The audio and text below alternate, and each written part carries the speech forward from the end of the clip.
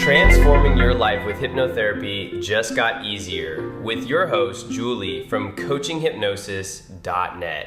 Welcome back, dear listener, to Coaching Hypnosis. Yesterday, we deconstructed the long-game digital machinery of the sweetheart swindlers to see how predators use text-based mirroring to build an expensive synthetic emotional reality. Today, we're stepping out of private enterprise and walking straight into the deep, dark, classified corridors of state-sponsored psychological warfare. We're looking at a program that didn't just push the boundaries of hypnosis, it completely obliterated every ethical, clinical, and human boundary in a multi-million-dollar quest to turn the human mind into a perfectly programmable puppet. Today, we break down the clinical and bureaucratic reality of Project MKUltra, specifically focusing on the chilling intersections of Subproject 54. Now, when an average person hears the phrase MKUltra, their mind immediately jumps to internet conspiracy theories, retro sci-fi tropes, or Hollywood thrillers.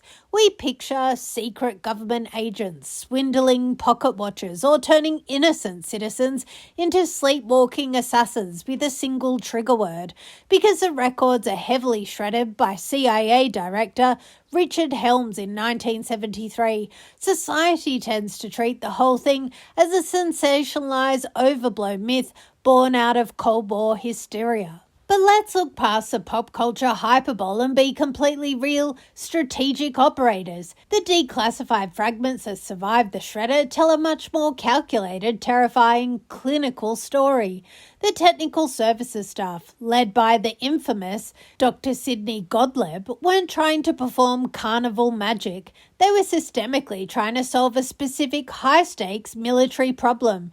How do you permanently bypass a human being's conscious willpower?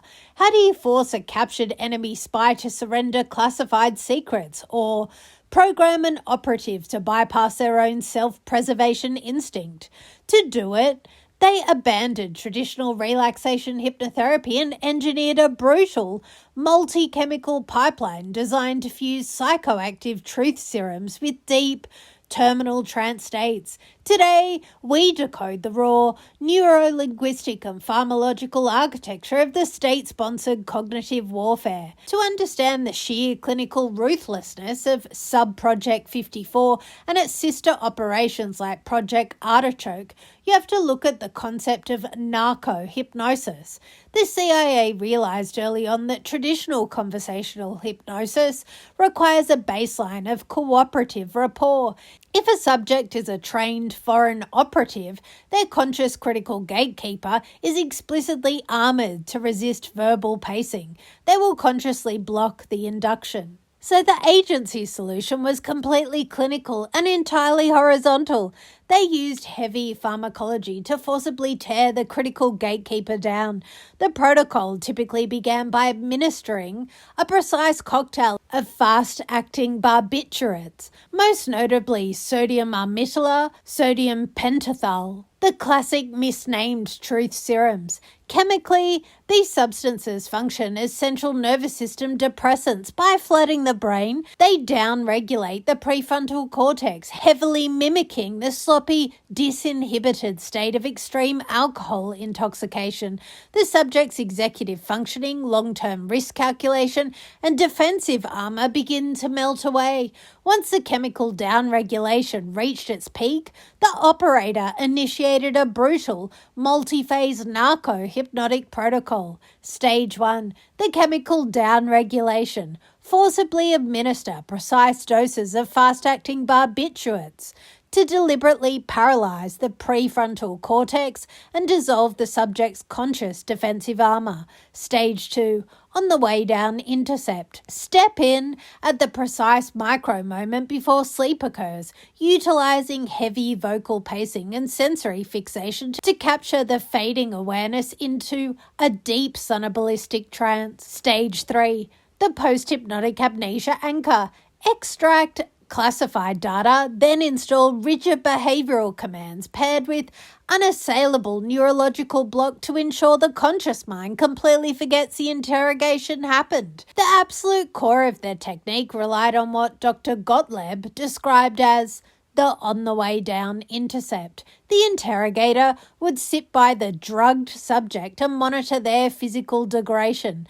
At the precise micro moment before the subject slipped from chemical intoxication into total unconscious sleep, the operator would step in with intense high-authority vocal pacing and physical sensory fixation. They would essentially catch the falling mind, redirect it away from sleep, and steering it directly into a deep sonobalistic waking trance state.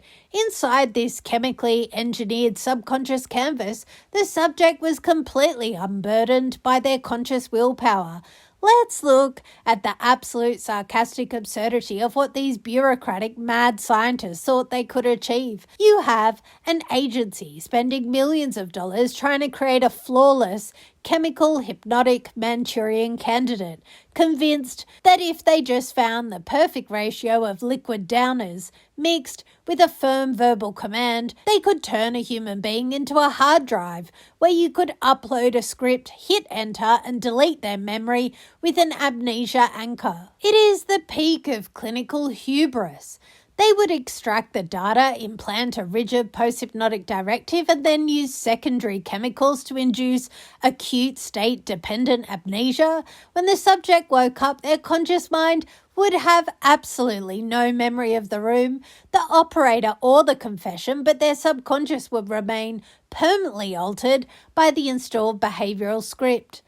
As strategic operators and modern clinical hypnotists, we must strip away the spy thriller theatre to analyse the precise neurological failures of MKUltra. The agency's multi-decade run of horrific, non-consensual human experimentation proved one massive, undeniable clinical truth. The human mind is not a sterile piece of code, and you cannot cleanly separate a person's identity from their biology through force. The unpredictability of chemical trance. The CIA ultimately discovered that truth serums are a profound misnomer. Barbiturates and hallucinogens don't produce clean, objective facts. They produce profound cognitive disinhibition. A brain drowning in sodium amytal doesn't just spill secrets, it spills wild hallucinations, deep confabulations, and fragmented fantasies. The data extracted was often completely useless noise. The psychological backlash, forcibly shattering the default mode network through trauma and chemical bombardment, doesn't create a clean, compliant puppet. It creates severe, unpredictable psychological fragmentation. Subjects frequently devolved into acute paranoid psychosis, permanent cognitive deficits, or catastrophic amnesia that rendered them completely dysfunctional for strategic deployment. The core willpower redline. MKUltra inadvertently proved one of the most foundational laws of hypnotherapy. Even under intense chemical compliance, the deep subconscious mind possesses an incredible organic resistance to commands that fundamentally violates its core moral code or survival instinct. True sovereignty cannot be easily written by a needle in a script. The exposure of MKUltra during the 1977 Senate Select Committee hearings, spearheaded by the discovery of financial cash records that survived the initial purging, stands as the history's most harrowing warning about weaponization of the subconscious. It proved beyond a shadow of a doubt that when human psychology is treated as an enemy territory to be conquered, rather than a delicate unified system to be healed, the result is never total control, it's absolute chaotic destruction. The profound, heavy lesson of MK Ultra Files is a visceral reminder that your mind, your thoughts, and your cognitive sovereignty are entirely yours, and any system, culture, or ideology that seeks to overwhelm your defenses, bypass your critical thinking, or force you into a state of blind compliance is running a profoundly toxic script. True ethical hypnotherapy and professional coaching never seek to bypass your will. They seek to restore it, strengthening your prefrontal cortex, aligning your conscious ambitions with your subconscious power, and making you the absolute, unassailable director of your own execution.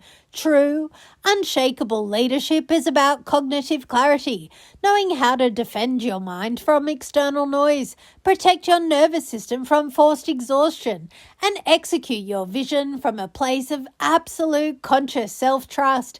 If you've realized you're navigating the heavy noise of high-performance pressure by letting your external demands override your internal sovereignty, mindlessly running on a grueling corporate script that leaves your nervous system completely fried, emotionally numb, and operating on pure survival autopilot, you are letting the environment dictate your code. It's time to step out of the chemical noise and reclaim your strategic composure. If you're ready to clear that cognitive fog, stabilize your execution, and lead your business with a sharp, sovereign, and completely unburdened mind, I invite you to book your free 40-minute clarity call. Together, we'll dismantle the external conditioning, ground your identity in absolute present reality, and install a powerful, unshakable subconscious identity focused entirely on your true present sovereign authority. Remember, aligned subconscious plus healed history equals unshakable leadership. Thank you for listening. Align your mind. Visualize your future. Grow your business. Mindfully yours, Julie.